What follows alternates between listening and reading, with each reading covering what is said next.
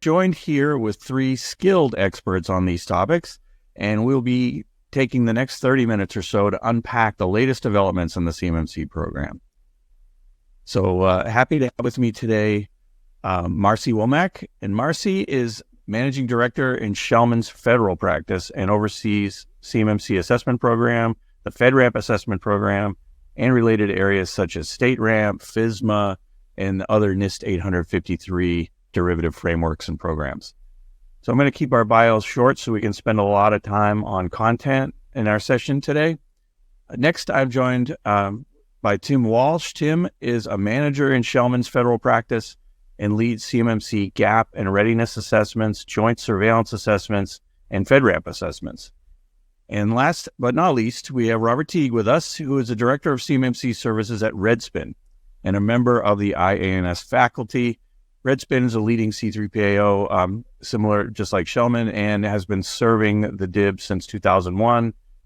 Redspin offers assessment services, of course, but also training and advisory as well. So thanks to my distinguished panelists. Our format today will be a panel discussion that I'm very honored to moderate, and I'm going to hand out questions to our panelists, and then we'll get their responses. And with that, let's kick things off. So I'm going to start off with Marcy. And hey, Marcy, what can you tell us about the CMMC phased rollout and timeline under these new 32 CFR rule statements? Yeah, absolutely. Happy to address that. So, the phased implementation happens over 4 phases, but I think the most important thing for, at least in our read of the rule, is that the phased implementation kind of initiation doesn't start until the Title 48 rule is finalized. So that's like the complementary CMMC rule to accompany this 32 rule. It starts when that goes final. We don't have a set date for that. We're anticipating at some point next year. Time will tell. But really, phase 1 starts as soon as 48 CFR goes final. So phase 1, each of the phases lasts a full year. Phase 4 is full implementation. So we're not going to spend a ton of time on that. And I will say that there are nuances to each of these. So there are nuances about as a condition of contract award or as a condition of exercising an option or period and that type of thing. So I would encourage everyone to read this in detail because it's very, very nuanced. But at a high level, phase 1, really what that does is allows DoD to include level 1 and level 2 self-assessments for applicable solicitations and contracts. So at its discretion, DoD could potentially include level 2 C3PAO requirements as part of phase 1, but that the primary focus would be really more on the level 1 as well as the level 2 self-assessment. And then, so 1 year after that is really when we see phase 2 start. Phase 2 builds on phase 1. These are all iterative, right? So it adds the level 2 C3PAO requirements, and it's as a condition of contract award, there is an option for DoD at its discretion to delay that requirement until like an option period is exercised. So again, nuance within that as well. And then additionally, we see the inclusion of level 3 for the first time. So it's kind of an introductory at its discretion. DoD could implement or require level 3, which is a DIPCAC assessment, essentially the delta between levels 2 and level 3. And so that's the kind of rounds out phase 2. And then moving into phase 3, again, builds on all the others. The level 2 C3PAO assessment is generally required. And then it also introduces more formally the level 3 DIPCAC engagement where, for the applicable contracts. Great. Thanks for that. So let's move on to requirements. So we have this phased rollout program that has been defined, and we know that these requirements are coming down the road. So we know that the current NIST 800-171 uses the revision 2 to guide the CMMC level 2 requirements for protecting controlled unclassified information. So Robert, when do contractors need to worry about revision 3 of the standard, and do they need to worry about it? Great question, Greg. So we do know that NIST 800-171 revision 3 is out there. It is going to take a while before that gets rolled into the program. Hearing that, when they do wrap that in, it's going to follow the same rulemaking process as what just went through for the CMMC rule itself. So still unsure of what that will look like. But right now, the memorandum that was put out, or the adjustment to the clause requirement for DFAR 7012, all of it tied to revision 2. That is the focus for you for this first iteration and go around of certifications for this first 3 years. I would imagine at some point in these 3 years, the DoD is going to look at revision 3 and start building towards that. But there's still a lot we got to get up off the ground. Certifications for level 2 begin December 16th of calendar year 2024. The DoD still got to build out that level 3 process. What does that look like for the DCMA DIBCAC team? So there's a lot of widgets that got to get in place. And keep in mind, the other portion to this is when we do move to NIST Revision 3, we got to go back, determine if the assessor's got to be retrained. All the documentation has to be adjusted to reflect Revision 3. It brings in a whole new domain that we would have to add. So there's a lot of work that goes into that. So right now, just stay focused on Revision 2. That makes a lot of sense. Thanks, Robert. Okay, so Tim, now that we kind of have our phases and we know our base requirement, tell us a little bit more about the assessment process itself and what an organization seeking certification needs to do to meet the current requirements that we know about. Thanks, Greg, and great question. So I do want to start off with a bit of a caveat that the CMMC assessment process, what they refer to as the CAP, that is still undergoing remediation review between the Cyber AB and the DoD. So while there are going to be some more specifics tied to that process, we'll talk through what the Title 32 rule says today and some of our experience tied to some of these phases here that we'll mention. So really as a part of the overall engagement process, when you've engaged with a C3PAO and executed agreement between both parties, that will likely state those various milestones that you'd be executing towards as part of the process. Most commonly, you'll see an information request list that goes out where the C3PAO is requesting a list of artifacts or observations that they're intending to see as a part of the assessment process. Now, once you get into that first phase, we'll call it phase 1, this is where you get into a lot of scoping activities with the OSC, helping to define what that scope is, what is the process for the C3PAO to validate that scope, because really the OSC is the one defining that. We as a C3PAO coming in to evaluate that is in fact accurate, and then looking at your SSP, your diagrams, and your inventory to come to that conclusion. Now, there's likely going to be some pre-assessment artifacts. There is talks about a system, CMMC EMAS. There'll be some areas where there'll be some interaction there, and those artifacts would have to be provided ahead of time. And really, that's something that it will be finalized prior to CMMC going into effect. Now, under phase 2, that's where you start to get into the field work of the assessment itself. Now, this would more so be the interviews with those control owners or POCs. Now, this could be on-site, in person. It could be virtual. It could be hybrid. It really depends on, for example, if you have labs or factories, offices, co-location data centers that are handling that CUI, then you would have to evaluate against those physical controls in person. You would need an assessor to go there to see that. But outside of that, if you, let's say, had a DIB contractor who purely has their enclave or the environment, within a cloud IaaS provider, then there may not be a need to be on site to go and review that, and may be subject to the preference of the DIB contractor in that case. Following that period of those interviews, there would likely be a testing period that the assessors can put the pen to paper itself. Now, under that next phase, we'll call phase 3, that's where the assessment results are combined, correlated, put together in a package. And at that time, there would be a recommendation of conditional certificate of status. So there are 3 specific areas that you have to be mindful of in order to obtain that conditional certificate of status. One being that you have to obtain an 80% or higher on the assessment during that phase 2 process. And that's based on the scoring methodology that's defined within the Title 32 rule. The second criteria is that there are a list of controls that they design or designate as a value of 1, 3, or 5. Anything designated as a value of 3 or 5, which is in the Title 32 rule, those have to be met as a part of the assessment process. Now, there are some exceptions with that, similar to the, aforementioned DoD assessment methodology that we're all used to, with things like FIPS validated cryptography, where there may be some exceptions that gives you partial credit and still can be considered as moving on with that conditional certificate.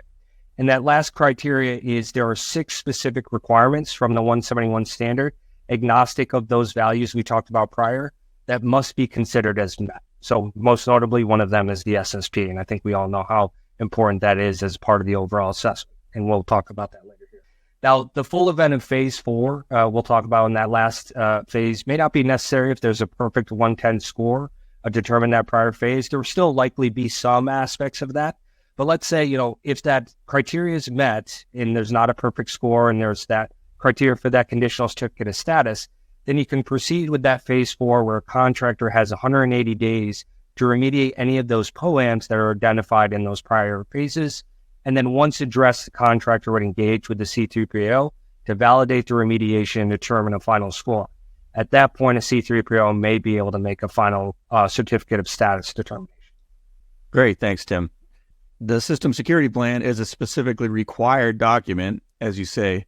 So, Marcy, why don't you tell our audience a little bit more about what does an organization seeking certification need to consider when creating a compliant system security plan? Yeah, absolutely. So the SSP, the System Security Plan, should be considered like the overarching source of truth. It's kind of like that single point of reference that might kind of spiderweb the assessor or members of the organization's team who's actually like responsible for managing controls and their CMMC assessment program. But that it's really where we go to first. It's going to identify those organization defined parameters, what the organization has defined for itself. It's also going to identify where there may be external references and policies and procedures.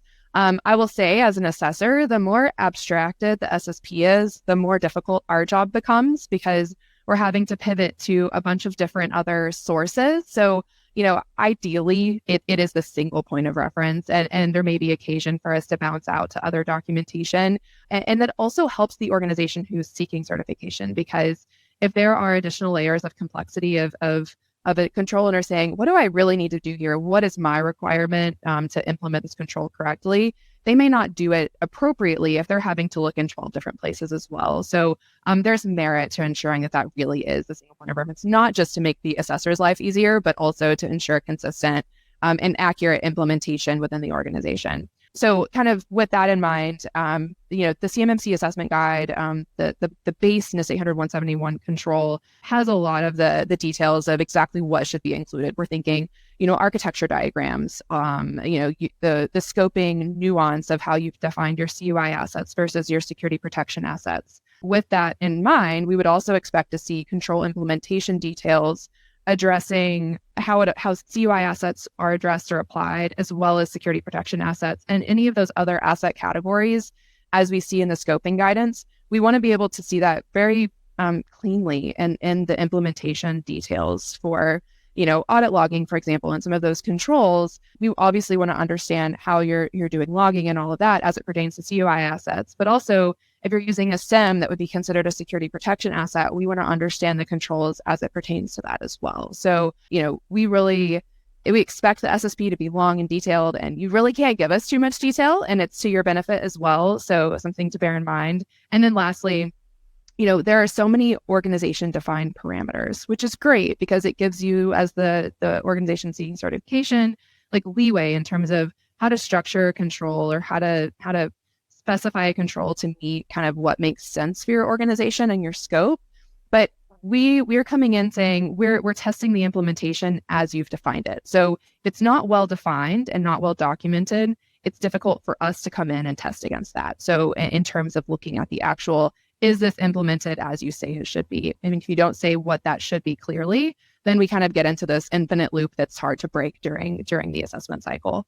And that ties to the specific assessment objectives. So those 320 assessment objectives that nest into the overarching 110 requirements. You'll see a lot of, is something defined? Is something documented? That is, all of those things tie together as part of the SSP to tell that full story. Excellent. Thanks, Marcy, for that. All right. So believe it or not, if I had trouble sleeping one night and I read the 32 CFR rule, actually a few times, right? So if I had to weigh in on what I thought was the most complex part of the new definitions of the new terminology, I think it would be all around the requirements placed on external service providers. So I want all our panelists to comment on this because I think we have about 10 or 12 minutes left, but I want to spend some time really understanding the ESP definitions and how that all works with respect to managed services and using external service providers to cover, partial requirements for some of these controls. So I'll start with you, Robert, and then Marcy and Tim chime in after that. Specifically, how would you start off defining these ESP requirements from an OSC's perspective? And Robert, you start first, please. Yeah, no, great. That's a great topic. We get a lot of questions about this, actually. So the external service providers category has been identified. That came out with the rule when it came out for public comments. First time we'd seen that acronym. This is really the managed security providers and the managed security service providers. So those MSPs, MSSPs, they've got to be doing some type of management or control over your security protection assets. For example, they monitor all of your endpoint agents. They monitor the SIM solution where all the logs are being fed. That SIM solution's doing log correlation. They're providing alerts back to you. They're working with your team to help remediate a lot of the vulnerabilities identified, et cetera, et cetera. Originally, when the rule came out, we were concerned because the rule and the public comment period stated that the ESPs needed to be certified before their clients could be certified. That raised a big concern, and I think the Cyber AB and the C3PAOs painted the picture to the DoD that was going to cause a serious backlog. They had since retracted that and went back. So in the new rule now, the ESPs do not have to be certified first. If your client is ready for certification, your ESP team simply becomes an extension of their team. So you participate in the interview sessions within phase 2. You also assist in gathering the evidence for that organization in phase 1. So really, it's just an extension of the team. They can coordinate anytime when to get their own certification. So I'll leave it up to Marcy and Tim to tell you about how they determine if they themselves kind of need that assessment. Perfect. I'll do a quick thing here. I think that one of the other considerations is like the cloud service provider aspect of this. So we kind of view the ESP as kind of a broad category. It could include a cloud service provider. It could include a managed service provider and all those, as Rob mentioned. Obviously, there is some nuance and change and clarity, and frankly, between the proposed rule and final rule, which was really nice to see.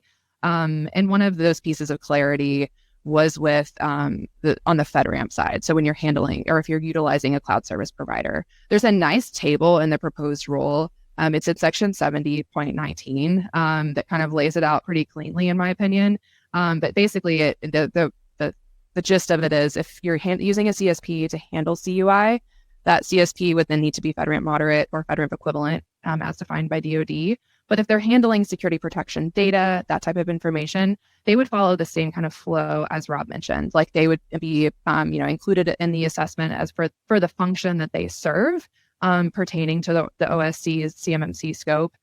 So it was, we were happy to see that clarification, and kind of just drilling down into what is truly, truly needed there. Tim, anything you want to add or pivot on?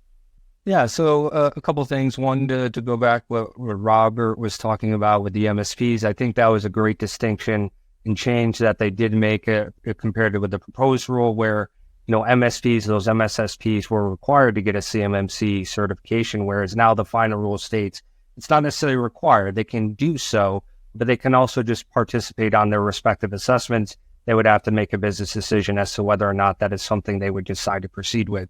And in regards to what you referred to, Marcy, I think that's great. Summary on the CSP side. I think one great consideration on that is when you are employing those cloud service providers is just to keep in mind on the customer responsibility matrices. Those cloud service providers have those in mind for you as a customer to meet the obligations in order to truly meet the letter of what would be FedRAMP in that regard. So whether it's an authorized provider or deemed equivalent, that's an important aspect as well. Yeah, also, and to add on to that, Tim, for those cloud service providers that are deemed equivalent, you'll need a body of evidence from those particular organizations. Inside the body of evidence should be their SSPs, their scanning processes, all the detailed information. And remember, the onus is on you as an organization to review that body of evidence to determine and make the determination that the cloud service provider is doing the right things for you. Now, the assessors will also review that body of evidence when they come in. So that needs to be part of your package, just as the responsibility matrix needs to be a part of the package for those that are FedRAMP authorized. Great. So, yeah, thanks all for those comments. I think it's a really interesting direction they decided to go in there. Follow up for you, Tim. So we heard that some aspects of the requirement documentation and the readiness process now, and we've talked a lot about requirements and process. So what would you give for advice for an average defense industrial-based contractor to start working towards a CMMC assessment? We saw in Seth's poll at the top of the meeting here that a lot of folks are just starting out. So when should they be working, now that we know the phasing, and what would your advice be to companies working towards? You need to preface this with drinking heavily. No, that's a great question. And certainly I think even if you're an existing DIB contractor today, or even those that are looking to do business with the DoD in the future, right, requesting on, participating on a solicitation, that there's an opportunity to start today. I mean, obviously we know that these existing contractors, they've been subject to DFAR 7012. And so, they've been beholden on self-attesting to those 800, 171 requirements for a number of years now. Now, of course, there is some nuances in the CMMC assessment process and how all that comes into the mix. But, there is an opportunity for you to engage with a respective RPO or C3PAO on the marketplace to do any sort of readiness determination or advisory services. So I think on the RPO side, they could do a gap assessment that can help with implementation.